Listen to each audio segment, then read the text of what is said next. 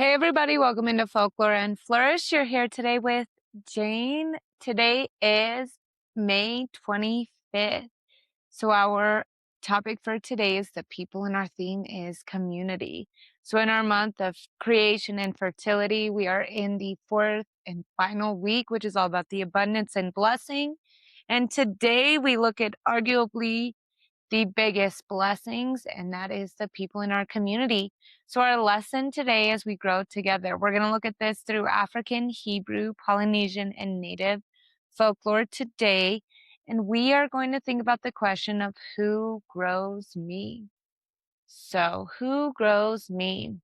Today we're going to connect with someone intentionally, offering presence rather than transaction. So just being there with them rather than feeling like it's a chore to even be there, or feeling like we're only doing it because of something else. So we're going to connect intentionally today and then acknowledge one relationship as essential. So acknowledge one of your relationships as essential to your becoming today. So today is all about the people and the community. So I just want to send a thank you to all of you that are part of my community here, all of you that are part of the Folklore and Flourish, as well as everyone part of Mark's QHHT, all of our stuff with Blue Box 29. Yeah, just thank you guys. Thank you. But anyways, that's all that I have for you guys today. And I hope you have a great day loving and supporting each other. And I hope to see you soon. And honestly, hope to see you tomorrow. Anyways, enjoy these 4 stories on the people. See ya.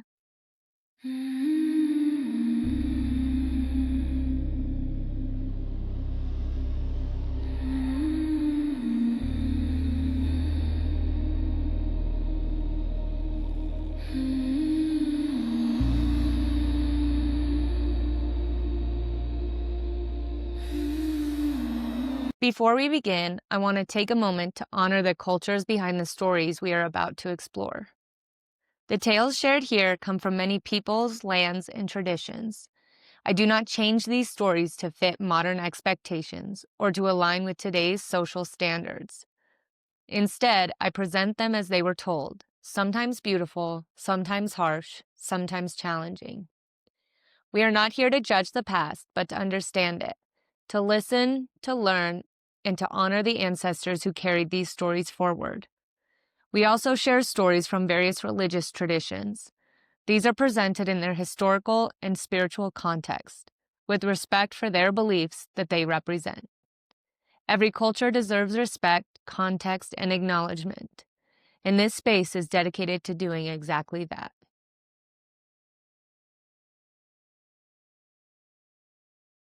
Story 1. The First Village, when people became each other's survival. In the early shaping of human life, before cities rose and before structures of governance took form, there were only scattered families and wandering individuals, each living close to the land but often apart from one another, surviving day by day without the strength that comes from shared effort. In the storytelling traditions of West Africa, particularly among the Yoruba and neighboring cultures, there are many variations of how villages began, but they carry a common understanding. The community was not an accident, but a necessity, something discovered through experience, through hardship, and through the gradual realization that no one life could fully sustain itself alone. In these tellings, people first lived in isolation, gathering food, building shelter, and protecting themselves as individuals or small family units. The land provided, but it was unpredictable. Some seasons brought abundance, others brought scarcity, and without shared knowledge or cooperation, survival remained uncertain. It was not a lack of strength that defined this early time, but a lack of connection, an absence of the structures that allowed life to extend beyond immediate need. Over time, paths began to cross. One family might encounter another near a water source, a river, a fertile clearing, a place where the land itself encouraged gathering. At first, these encounters were cautious. To meet another was to face the unknown, to risk conflict as much as to discover alliance. Yet slowly something shifted. Tools could be shared, knowledge exchanged, labor divided. One person might be skilled in hunting, another in growing crops, another in building, another in storytelling and preserving memory. Where one struggled, another could support. What had once been carried alone could now be held collectively. These small interactions began to form patterns, protecting repeated meetings in the same places, shared efforts in planting or harvesting, protection offered not just to one household, but to many. From these patterns, the first villages emerged, not through command, but through recognition, the understanding that life becomes more stable when it is lived together. As villages grew, they developed systems of cooperation that extended beyond survival into meaning. Elders became keepers of knowledge, guiding decisions and maintaining connection to tradition. Rituals formed, marking seasons, births, deaths, and transitions, creating a shared rhythm that held the community together. Work was organized collectively, fields planted and harvested through group effort, homes built with many hands, resources distributed in ways that ensured no one was entirely left behind. Even conflict, when it arose, was addressed within the framework of the community, not as a rupture that ended connection, but as something to be resolved so that the whole could remain intact. The village became more than a place, it became a living system, where each person's role contributed to the strength of all. In these traditions, the idea of self is never fully separate from the group. Identity is relational, shaped by family, lineage, and community. A person is not only who they are individually, but who they are in a connection to others, to ancestors, to the land they inhabit.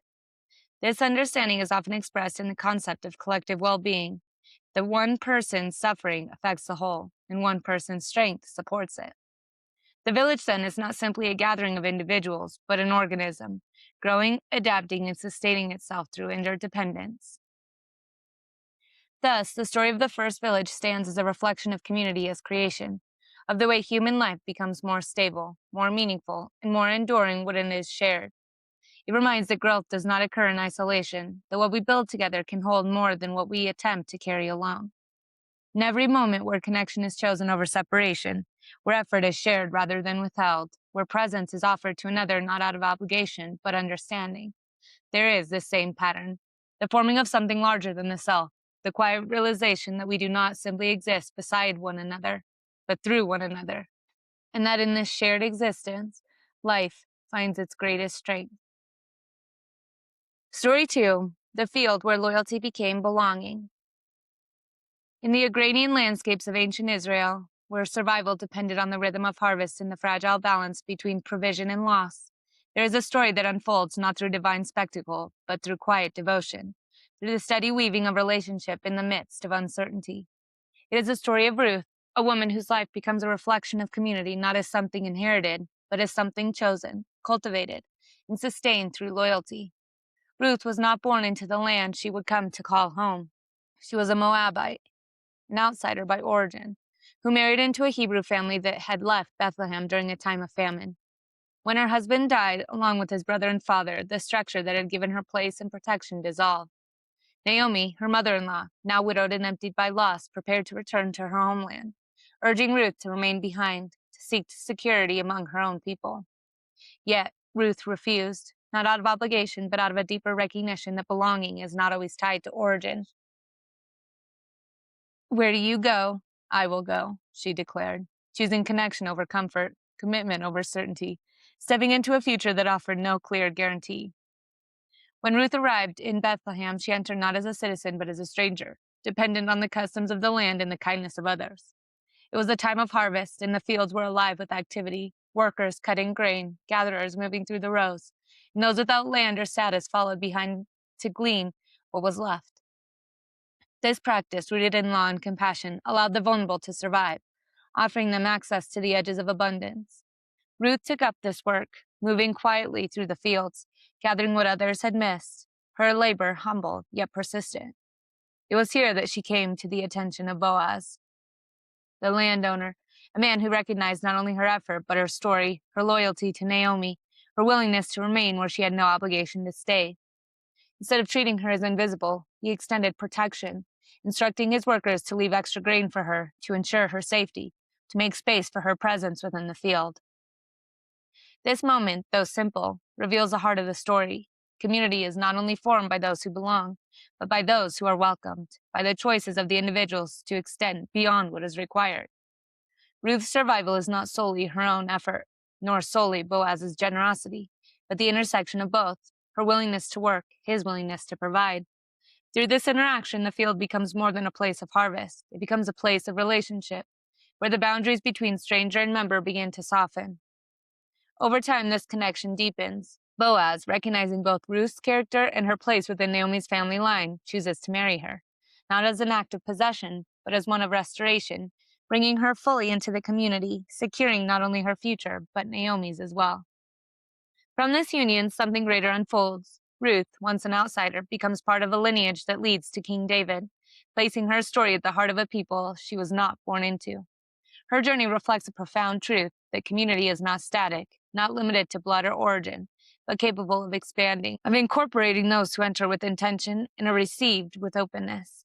The harvest that sustains Ruth physically also becomes a setting for a deeper harvest, one of relationship, belonging, and continuity. Thus, the story of Ruth stands as a reflection of community as chosen connection, of the way lives become intertwined through acts of loyalty, kindness, and recognition.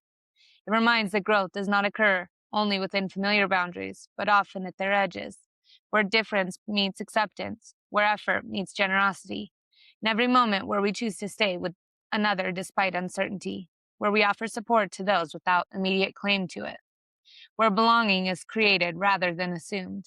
There is Ruth, walking the fields, gathering what is left, and in doing so, becoming part of something enduring. Story 3, Ohana, the circle where no one is left behind. Across the islands of Hawaii, where land, ocean, and sky move in constant relationship, and survival has always depended on balance rather than dominance, there exists a concept that is not confined to a single myth, but lives within many stories, practices, and ways of being. It is the idea of Ohana, often translated as family, but carrying a meaning far deeper than lineage alone. Ohana is not limited to those born into the same bloodline, but extends to those who are chosen, those who are cared for, those who are held within the circle of mutual responsibility. In traditional Hawaiian understanding, a person does not exist in isolation. Identity is shaped through connection to family, to land, to ancestors, and to the broader community that sustains life. This worldview is reflected in the stories of how communities formed and endured, where the well-being of one is inseparable from the well-being of all, and where belonging is defined not by proximity alone, but by participation, care, and presence. In many traditional tellings, the land itself is considered part of the family. Aina, not as property, but as a living relative that feeds, shelters, and responds to the people who care for it. Villages were not built as collections of separate households, but as interconnected systems, where each person had a role that contributed to the whole. Some fished, some farmed taro, some crafted tools, some preserved knowledge through chant and story. Food was shared, not hoarded, and resources were managed with an awareness that what was taken must be balanced by what was given back. Within this structure, Ohana became the foundation of survival, not through rigid obligation, but through an understanding that life flows through relationships, and that to care for one another is to care for oneself. Children were often raised collectively, guided not only by parents, but by elders, aunts, uncles, and community members, who each carried responsibility for their growth. In this way, knowledge, values, and identity were not isolated within a single household, but woven through the entire community. Stories of Ohana often emerge most clearly in moments of disruption, when separation, conflict, or hardship threatens the unity of the group. In these moments, the guiding principle remains steady. No one is left behind, not in the sense that everyone must remain unchanged, but in the sense that connection is not easily abandoned. Reconciliation, when possible, is sought not because conflict is ignored, but because the strength of the whole depends on restoration. Even those who leave may still be considered part of the Ohana, their place not erased, but held open. This reflects a deeper understanding that belonging is not conditional upon perfection, but rooted in relationship that endures through change. The stories emphasize that while individuals may struggle, the community itself acts as a stabilizing force, offering support, correction, and care in ways that allow life to continue with greater resilience. There is also within Ohana a recognition of generational continuity, the understanding that those who come before are not absent, but present in memory, in land, in tradition. Ancestors are honored, their knowledge carried forward, their presence acknowledged in daily life and ceremonial practice. In this way, Ohana extends beyond the living, forming a bridge between past, present, and future. The community is not only those who stand together now, but those who stand before and those who will come after. All connected through shared responsibility and care, This perspective transforms the idea of growth from something individual into something collective, where each person's development contributes to the strength and continuation of the whole. Thus, the concept and stories of Ohana stand as a reflection of community as living connection, of the way life is sustained not through independence alone, but through interdependence, through the willingness to hold and be held by others. It reminds that growth is not a solitary act, but a shared process, shared by those who support us, challenge us, and walk beside us. In every moment where we choose to remain connected rather than withdrawn, where we extend care beyond convenience, there we recognize that belonging is something we actively participate in. There is the essence of Ohana, a quiet, enduring truth that we do not grow alone, but together. That in honoring that connection, we become part of something far greater than ourselves. Story 4, the Potlatch, the wealth that lives in giving. Along the misted coasts of the Pacific Northwest, where cedar forests rise beside deep waters and villages gather along the edges of river and sea, there exists a tradition that reshapes the very meaning of wealth. It is the Potlatch, a ceremonial gathering practiced among many Indigenous nations, such as the Kwawakwia Wak, Haida, and Tlingit, where value is not measured by what is accumulated, but by what is given away. In a world where survival depends on both resourcefulness and relationship, the potlatch emerges as a central expression of community, identity, and continuity, a space where stories are told, roles are affirmed, and the bonds between people are renewed through acts of generosity. It is not simply an event, but a system, a way of understanding how individuals exist within the larger whole, where status is earned not through possession, but through the ability to provide for others. At a potlatch, a host family invites the community together, often marking significant moments such as births, marriages, deaths, or the passing of titles and responsibilities. The preparation for such an event can take years, as resources are gathered, food preserved, goods created, and wealth accumulated, not for personal use, but for distribution. When the gathering begins, the space becomes alive with ceremony. Songs are sung, dances performed, histories recited, each act reinforcing the identity and lineage of those present. The host then gives away gifts, blankets, carved items, food, and other forms of wealth to guests, sometimes in quantities that appear extraordinary. To an outside observer, this might seem like a loss, a relinquishing of what has been carefully gathered, but within the cultural framework of the potlatch, it is the opposite. Giving is not depletion, but expansion. What is shared returns in the form of respect, relationship, and the strengthening of communal bonds. This act of giving carries deep meaning. It affirms that resources are not meant to be hoarded, but circulated, ensuring that the community as a whole remains stable and supported. It also establishes a network of reciprocity, where those who receive are not indebted in a transactional sense, but connected through an ongoing relationship of mutual care. In this way, wealth becomes dynamic rather than static, something that moves through the community, adapting to need and circumstance. The potlatch also serves as a form of governance and record keeping, where social roles, rights, and histories are publicly acknowledged and witnessed, ensuring that they are remembered and respected across generations. The giving of gift is inseparable from the telling of stories, each reinforcing the other, each grounding the community in shared understanding. There is also a resilience embedded within this tradition. During periods of colonization, potlatches were banned by colonial governments who misunderstood or sought to suppress their significance, viewing them as wasteful rather than essential. Yet communities continued to practice them in secret, preserving their meaning despite external pressure. This persistence reflects the depth of the potlatch's role, not as a mere custom, but as a core expression of identity and survival. When the bans were eventually lifted, the tradition reemerged openly, continuing to evolve while maintaining its foundational principles. The potlatch, therefore, is not only about giving in the moment, but about continuity, about the preservation of values that sustain community across time. Thus, the story and practice of the potlatch stands as a reflection of community as shared abundance, of the way life becomes richer when what is gathered is given, when connection is prioritized over accumulation. It reminds that growth is not measured solely by what we keep, but by what we circulate, by how we support those around us, by the strength of the relationships we build and maintain. In every moment where generosity replaces scarcity, where giving strengthens rather than diminishes, where community is reinforced through shared experience and mutual care, there is the spirit of the potlatch, a powerful reminder that we grow together, not by holding tightly to what we have, but by allowing it to move through us, into the lives of others, and back again in forms that sustain us all. Daily thread for May 25th. You are shaped by who stands beside you. Connection is a form of nourishment. What you give returns through relationship. No one grows fully in isolation. Shared effort builds lasting strength. Belonging is created through presence and care. Community is something you participate in. We rise most fully when we rise together.